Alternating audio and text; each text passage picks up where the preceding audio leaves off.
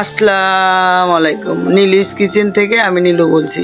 আপনারা সবাই কেমন আছেন? আশা করি আপনারা সবাই ভালো আছেন। আমিও আল্লাহর রহমতে ভালো আছি।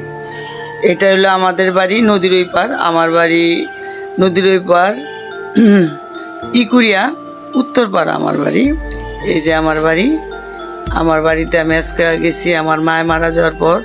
আজকে আমি গেলাম। যাওয়ার উদ্দেশ্য হলো আমার যে আমার ভাই ভাবি ওরা সবাই আমাকে দেখতে চাইতেছে। ওরা আইসা গেছে, আমার মায়ের মাটি মঞ্জিল দিয়ে গেছে।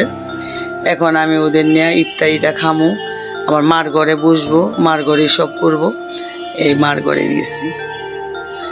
আমার ভাই ভাবি জুথি ওরা সব কাটাকাটি করতেছে। এগুলি সব বাজার সদাই কইরা বাবুর বাপে আমাদের গাড়িতে চড়াই দিছে। আমি বাসায় গেছি। বাসায় যেয়ে আমার ভাবিরা, চাইর ভাবি জুথি ওরাই সব করছে। আমি আমার জেঠি মানে বড় চাচি ছোট চাচি ওদের সাথে দেখাবার্তি কথাবার্তি কইতেছি, কান্নাকাটি হইতেছে। আমার জেঠি অনেক আমার মার কথা মনে করে, আর শরীর খারাপ এখন, একসাথে দুজন রয়েছে, তাই আমার জেঠির শরীরটা খুবই খারাপ।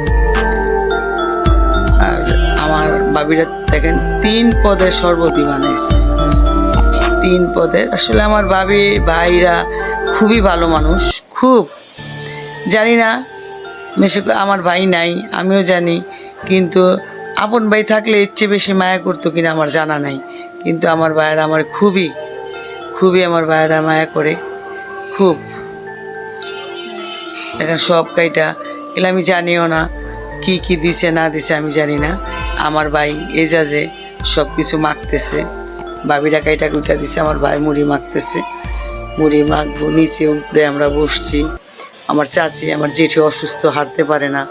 আমার জেঠির খাবার দিয়া ভাবি দিয়ে আসবে, বড় ভাবি, সবাই মিলা কইরা ফেলতেছে।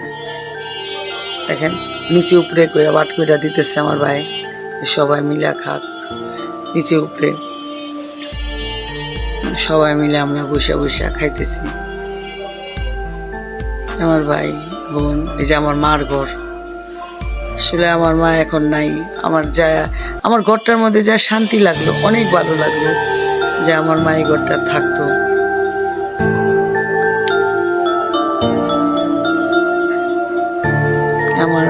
আসলে আমার দুনিয়ার মধ্যে কেউ রইল না। তবু আমার ভাইয়েরা ভাবিরা আমি গেলে আমার যথেষ্ট আদর করে। আমার মা তো প্রায় 1-1.5 বছর আমার ভাবিরাই আমারে খাওয়ায়, এটা করে সেটা করে, যেটা আমি পছন্দ করি এটা গেলে রান্না করলে নীল পাপা খায় আসি। তো এখন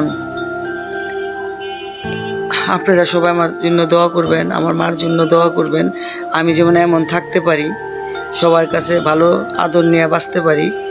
আসসালামু আলাইকুম, খুদা হাফেজ।